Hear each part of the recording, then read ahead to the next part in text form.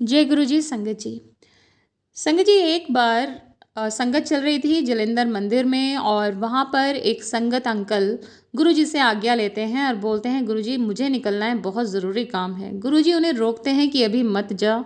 वो कहते हैं, नहीं गुरु जी, बहुत ज़रूरी काम है, अभी निकलना है। गुरु जी फिर से कहते हैं, देख ले, अभी मत जा। वो नहीं मानते, कहते नहीं गुरु जी, निकलना ही पड़ेगा, मुझे जाना ही होगा। तो गुरु जी कहते हैं, ठीक है फिर चला जा। वो अंकल जा ही रहे थे कि पीछे पीछे गुरुजी एक सेवादार अंकल को भेजते हैं, और वो सेवादार अंकल उन अंकल से कहते हैं कि जिस भी बस में आप बैठने वाले हो उसे छोड़कर दूसरी बस में बैठना। वो अंकल सेवादार अंकल का कहना मानते हैं, जिस बस में वो बैठने जा रहे थे उसे छोड़कर दूसरी बस में बैठते हैं। और संगत जी, वो अपने घर पहुंच जाते हैं, जहाँ पे भी उनका काम था वहाँ पहुंच जाते हैं। बाद में उन्हें पता चलता है कि जिस बस में वो बैठने जा रहे थे उसका बहुत बुरा एक्सीडेंट होता है, बहुत से लोग मृत्यु को प्राप्त हो जाते हैं संगत जी।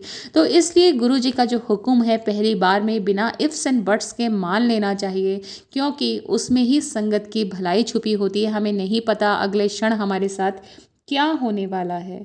ऐसे ही संगत जी, मुझे ध्यान आता है एक बार शिव अंकल का एक सत्संग ही मैंने सुना था, जिसमें वो बताते हैं कि गुरु जी के जो ब्रदर हैं बहादुर सिंह जी, उन्होंने एक गाय खरीदी थी, कुछ अच्छे खासे उसकी रकम देकर उस टाइम पर, ताकि घर में दूध दही अच्छे से मिलने लगे। तो उसके बाद वो खुशी खुशी अपने दिल्ली आते हैं गुरु जी को बताने के लिए, अपने भाई को बताने के लिए कि मैंने गाय खरीदी है। और गुरु जी उन्हें तुरंत ये कहते हैं कि वो तेरा काल है, उसे वापस बेच दे, नहीं तो किसी को दान कर दे। जब बहादुर सिंह जी घर वापस आते हैं, वो कहते हैं इतनी महंगी मैंने इसे खरीदी है, मैं कैसे दे दूँ। और वो उसको वापस नहीं करते हैं। 2-3 दिन ही बीतते हैं कि गाय उनके पेट में सींग मार देती है और उससे उनकी मृत्यु हो जाती है। फिर मैंने ये सत्संग एक और आंटी के सत्संग, जो गुरुजी की पुरानी संगत है, उनसे सुना कि एक बार कैसे गुरुजी बहुत सारी संगत को डुगरी गांव लेकर जाते हैं, और जैसे ही वो वहाँ पहुँचते हैं तो वो उस गाय के सामने जाकर खड़े हो जाते हैं जिसने उनके भाई को सींग मारे थे, और वो गाय नॉन स्टॉप रोती जाती है संगत जी। उसके आंसू ही नहीं थम रहे थे। गुरुजी चुपचाप उस गाय के आगे खड़े हो गए थे।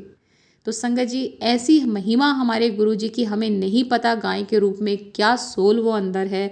और वो गाय भी पछता रही थी, रो रही थी गुरु जी के आगे, और गुरु जी ने कैसे उसको तारा, माफ़ किया, वो गुरु जी ही जानते हैं।